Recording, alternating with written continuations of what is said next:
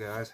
I'm gonna do a quick video with the Flex drill driver. This does not have any turbo mode or hammer drill, nothing like that. It's gonna have a 5 amp hour battery, fully charged, and I'm gonna put it up against the Flex hammer drill with turbo. It's also gonna have a 5 amp hour battery. This one has 3 out of 4 bars. And I'm doing both in speed 2. I'm going to do the drill driver first. This video is just so you can see the power difference and the price difference. And the turbo mode really does help a lot with this one. You can hear the difference. This is without turbo mode. Here's with turbo mode. You can hear the RPMs ramp up, but alright, let's go ahead and do it. This is speed 2, drill driver, no hammer drill, 1-inch paddle bit.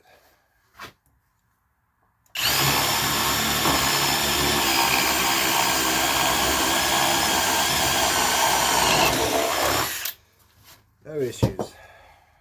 Oop, dropped a wee bit. I mean, even this one is strong. It has no issues with that at all. So if this is what you decide to get, you'll have no issues getting your jobs done. Here is the hammer drill, and I'm going to do one with no turbo and one with turbo.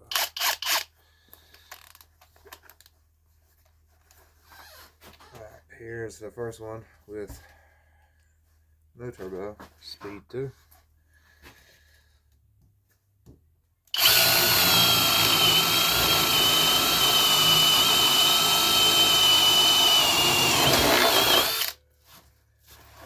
No issues. Now here's one with turbo mode.